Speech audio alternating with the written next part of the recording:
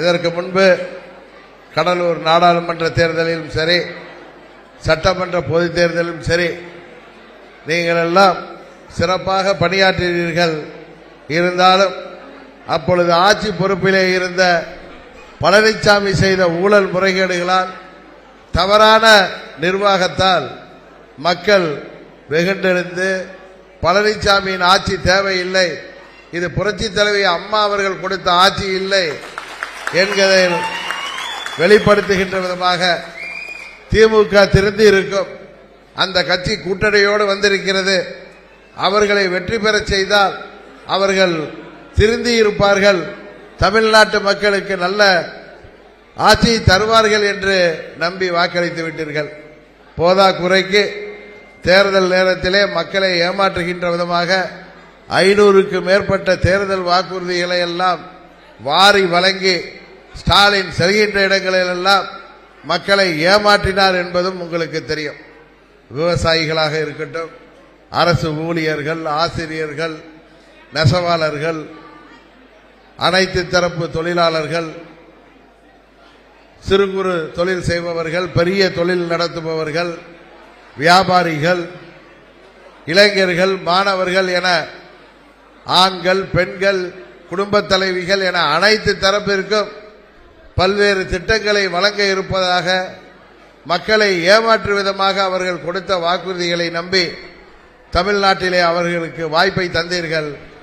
இன்றைக்கு 3 ஆண்டுகளிலே தேர்தல் வாக்குறுதிகளை எல்லாம் புறந்தள்ளிவிட்டு அன்றைக்கு எதிர்க்கட்சி தலைவராக ஸ்டாலின் இருந்த பொழுது எதையெல்லாம் நிறைவேற்றி தருவேன் என்று சொன்னாரோ அதையெல்லாம் செய்யாமல், இன்றைக்கு அரசு ஊழியர்கள் உங்களுக்கு தெரியும், ஆசிரியர்கள் தெரியும், அவர்களுக்கு தேர்தல் வாக்குறுதியில் பழைய ஓய்வூதிய திட்டத்தை அறிவிக்கின்றேன் என்று சொன்னார். அதுபோல பணியாற்றுகின்ற ஆசிரியர்களுக்கு பல்வேறு சலுகைகளை சொன்னார், அவர்களது கோரிக்கைகளை நிறைவேற்றும் என்று சொன்னார். பணி நிரந்தரம் செய்யப்படும் என்றார், புதிய தேர்வு இல்லை என்றார். ஆனால் இன்றைக்கு போராடுகின்ற ஆசிரியர்களை மிரட்டுகிறார்கள். நேற்றைக்கு கூட நமது தலைமை செயலாளர், அவரும் ஒரு நமது சீஃப் செக்ரட்டரி தலைமைச் செயலாளர், அவரும் ஒரு அரசு ஊழியர். ஆனால் அவர் போராடுகின்ற ஜாக்டோஜியோ ஊழியர்களை எல்லாம் மிரட்டுகின்ற விதமாக அறிக்கை கொடுக்கிறார்.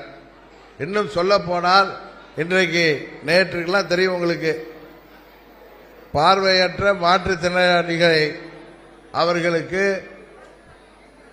முதல்வர் ஸ்டாலின் அவர்கள் தேர்தலுக்கு முன்பு வாக்குறுதிகளை, பல்வேறு வாக்குறுதிகளை கூறினார். அதையெல்லாம் எங்களுக்கு நிறைவேற்றி தர வேண்டும் என்று அவர்கள் முதல்வரை சந்திக்க முடியாமல் இன்றைக்கு போராட்டம் நடத்துகிறார்கள். அவர்களை காவல்துறையை வைத்து கைது செய்கிறார்கள். அவர்களை அழைத்து, பிரதிநிதிகளை அழைத்து முதல்வர் சந்தித்து அவர்கள் பிரச்சனைகளை தீர்த்து வைக்கிறேன் என்று அவர்களுக்கு ஆறுதலாக பேசி அவர்களுக்கு நல்லது செய்வதை விட்டுவிட்டு காவல்துறையை வைத்து அவர்கள் எல்லாம் கைது செய்யப்படுவதை நாம் ஊடகங்களே பார்க்கிறோம். உண்மையிலேயே வருத்தமாக இருக்கிறது.